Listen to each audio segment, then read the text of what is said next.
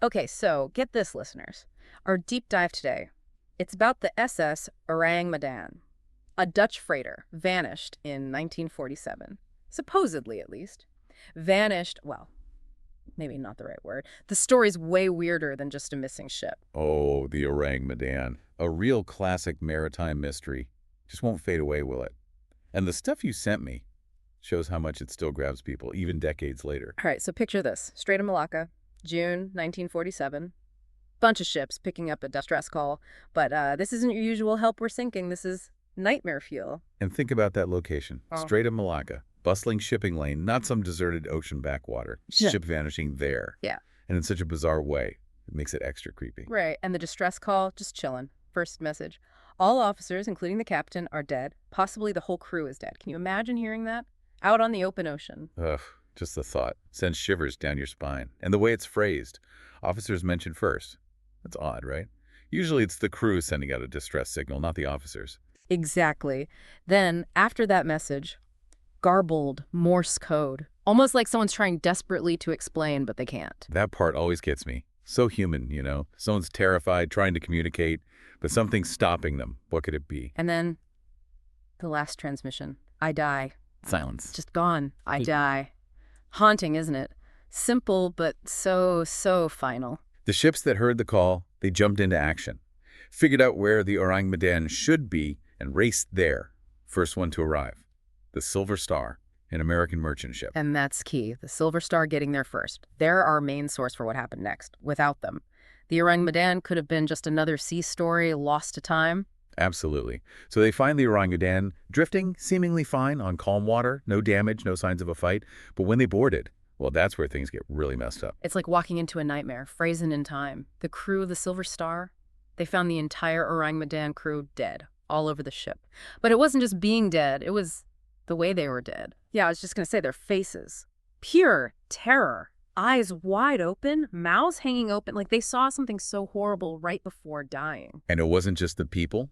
Even the ship's dog was found dead. Mid-growl, teeth bared, whatever happened on that ship scared everyone, human and animal. And here's the thing, no signs of violence. No fighting, no blood, no wounds. Whatever killed them, it didn't leave a mark. That's what's so baffling. No physical evidence rules out so many typical explanations. Piracy, mutiny, a storm. It's like something truly strange was at work. They even checked for fire, toxic leaks, nothing. Calm weather, cargo hold untouched. It was like some invisible force just swept through the ship, snuffing out every life. A ghost ship drifting silently.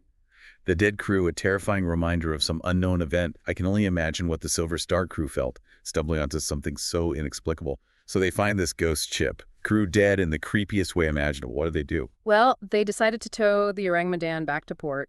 Gotta try to find some answers, right? This wasn't your average shipwreck. Something really weird was going on. Interesting choice, though, isn't it? Towing it. I mean, if they were that freaked out by what they found, why risk bringing it back? Yeah, I see your point. Maybe they thought it was their duty, to investigate further or maybe to recover the bodies, whatever the reason, their decision. Yeah. Well, it didn't go as planned. Let's just say that. Understatement of the century. Because things go from spooky to full-on disaster pretty quickly. You're telling me. Thick smoke starts pouring out from the lower decks of the Ourang Medan. And that raises a big question, doesn't it? What caused that smoke? Was it a delayed reaction to whatever killed the crew? Or like some kind of smoldering fire that finally got out of control? I bet the Silver Star crew was asking themselves the same thing. But before they could even react, the Ourang Medan, it explodes. And not just a small fire, we're talking a massive explosion. Ripped the ship apart. Like the ship itself wanted to stay a mystery. Gone. No more investigation, no more answers. Sank to the bottom, taking all its secrets with it. Ugh, talk about frustrating. You've got this creepy story, these bizarre deaths, and then bam! Ship blows up and disappears. It's like the perfect recipe for an unsolvable mystery. It definitely makes it hard to separate fact from fiction. So where do we go from here? Well, people have come up with a bunch of theories over the years, some more believable than others, of course. Want to take a look at those? Yeah, let's do it. What about the idea of a toxic gas leak? Seems pretty straightforward, at least at first glance. Right, so this theory goes that the Ourang Medan might have been carrying some kind of dangerous stuff secretly. And then something went wrong, a leak. Poisonous gas spreads through the ship, kills everyone silently, Explains the creepy poses, too. But hold on, wouldn't the Silver Star crew have been affected too, if it was that deadly? Good point. Some people say the gas might have dissipated by the time they got there. Or maybe they wore protective gear. Okay, but what about the explosion? Where does that fit in with the toxic gas idea? Well, if the stuff they were carrying was volatile, a spark, even a change in temperature could have ignited it. Huge explosion. A chain reaction that explains the deaths and the destruction. The toxic gas theory kind of makes sense, but it's not a perfect fit. What about pirates? Weren't there pirates in the Strait of Malacca back then? Oh yeah, the pirate theory has been a popular one. Some people think pirates might have boarded the ship, used some kind of chemical weapon to take down the crew. That would explain the lack of injuries, right? And the terrified faces, total chaos and fear. Definitely paints a vivid picture. But if you look closer, some things don't add up. Like, if pirates attacked, why didn't they steal anything? No reports of looting. Yeah, that is odd. Pirates aren't exactly known for leaving treasure behind. Exactly. Plus, using chemical weapons seems way too risky for pirates. Wouldn't it be easier and safer to just overpower the crew? Regular weapons, you know? Yeah, you're right. Adding chemical weapons to the mix just complicates things, even for pirates. Dangerous gamble, especially on a ship. Exactly. So, we can't rule out pirates completely, but it doesn't seem like the most likely explanation. Okay, so we've talked about two of the more realistic theories. What about something a little more out there? Paranormal activity, maybe? Ah, yes, the paranormal. Ghosts, curses, you name it. The Ourang Medan, with its spooky distress call, its terrified faces, and the explosion. Well, it's easy to see why some people think it was something supernatural. Some folks think the ship was cursed or haunted. Others talk about sea monsters or other mythical creatures. It's that human need to explain the unexplainable, right? When something defies logic, we turn to the supernatural. Makes us feel a little more in control, maybe. But how do you even test those theories? You can't exactly run a scientific experiment on a ghost or a sea monster. That's the problem with paranormal explanations. Almost impossible to prove or disprove. It's all about personal beliefs, not scientific evidence. So, while it's definitely a fun idea, the paranormal stuff, it's more about what you believe than about hard facts. All right, so paranormal's on the table, but what about something even more out there? Aliens. I know some people have those theories about the Ourang Medan. Ah, yes. The alien theory. Captivating, isn't it? The idea that maybe the Ourang Medan encountered something truly otherworldly. Yeah, I mean, the weird deaths, the lack of a good explanation, that last message, I die. It's easy to jump to aliens. Like something out of a movie, right? Alien spaceship shows up, does some experiment, it goes wrong, crew dies, ship's doomed. It's a good story, but is there any evidence for it? Not really.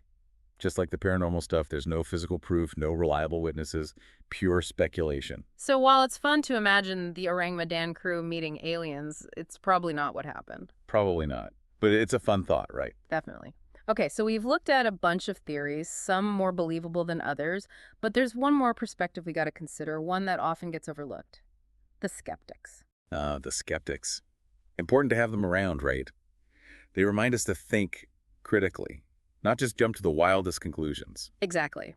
Some skeptics think the whole Ourang Medan story could be fake, or at least way exaggerated. They say there's no official record of the ship, and that the different versions of the story don't match up, details changing over time, that kind of thing. Like a game of telephone, right? The story gets twisted a little each time it's told. But then again, there are those eyewitness accounts. Sailors who say they heard the distress call, even saw the Ourang Medan themselves. That's the tricky part, trying to sort through all the rumors, the speculation, the possible lies, and find some truth. Maybe the Ourang Medan story, the one we know, is a mix of fact and fiction. So where does that leave us? How do we, as, people who want to be critical thinkers, approach all this information? What should we be watching out for to separate truth from, well, not truth? Great question. And it's one we'll dig into more in the next part of our deep dive. We'll talk about how to tell if a source is reliable, the challenges of doing historical research, and how to use critical thinking when you're dealing with really crazy claims. So we've got this creepy story, tons of theories, some kind of believable, some totally out there, and we might not even know the whole truth about the Ourang Medan. What now? Where do we even start? That's the thing with a mystery like this, right? We got to be like detectives. Look at the evidence, check the sources, figure out what's real and what's not. But how do you do that with a story like this? Right. So much mystery, so much speculation, no wreckage to look at, no official reports. It's like a puzzle with half the pieces missing. Yeah, the lack of solid evidence definitely makes things tough. But that doesn't mean we give up. There are ways to approach this, to think critically about what we know. Okay, so where do we start? How do we even begin to untangle all these theories and possibilities? First thing I'd say is to look at the sources themselves. Where did these stories come from? Who told them? Are the documents, the reports, are they reliable? That's a good point. A lot of what we know about the Ourang Medan comes from people who heard it from someone else. Stories passed around, articles written years later.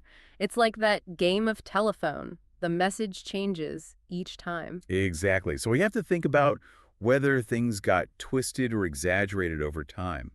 Were the people who wrote these accounts actually there? Or did they just hear about it from someone else? Were they trying to push a certain agenda? So we're basically looking for red flags, anything that makes us think an account might not be accurate. Right. For example, if a story uses a lot of over-the-top language or tries to pass off guesses as facts, that's a sign to be careful. We want sources that stick to what's known, not just try to make it a good story. And what about the fact that there are no official records? No mention of the Ourang Medan in any shipping registries, no reports from any governments. Yeah, that's a big one. It's one of the reasons people are so skeptical about the whole thing. Maybe the Ourang Medan was using a fake name or was involved in something secret. That could explain why there's no paper trail. Or maybe it never even existed. I mean, a ship just vanishing like that in one of the busiest shipping lanes in the world, it seems impossible. It does, doesn't it? But just because we haven't found proof doesn't mean it didn't happen. Maybe records were lost, destroyed, or maybe there's some boring bureaucratic reason we haven't figured out yet. So it's a tough call, trying to decide if the story is even possible when there's no hard evidence. It is. In the end, everyone has to decide for themselves how much they believe. There's no right or wrong answer here. So even after looking at the sources, checking out the theories, exploring all the options, we still might not have any answers. That's what makes a good mystery, right? Makes you curious, makes you question what you think you know, makes you deal with the unknown. Sometimes just trying to figure it out is as fun as actually finding the answer. You know what I find really interesting about the Ourang Medan? It makes you think about what we don't know. Are there things happening in the world that science can't explain? Or is there always a logical reason, even if we haven't found it yet? That's a question that's been around for ages. Philosophers, scientists, everyone's wondered about it. And the Ourang Medan, with all its strangeness, its unanswered questions, it reminds us that the world is full of mysteries, things that fascinate us, confuse us. So there we have it, the story of the SS Ourang Medan, a ghost ship, a terrified crew, a mysterious message, and a fiery end. We might never know for sure what happened back in 1947, but the story lives on. Reminds us that there are things out there we might never fully understand. And maybe that's the biggest takeaway from the Ourang Medan. In a world of science and technology, there are still mysteries that make us wonder, that make us question everything. What do you think happened out there? Did we miss any clues? Let us know your theories. Head over to our website and join the conversation. The Ourang Medan may be at the bottom of the ocean, but the mystery continues. And who knows? Maybe one of you has the key to solving it. Until next time, keep exploring the unknown.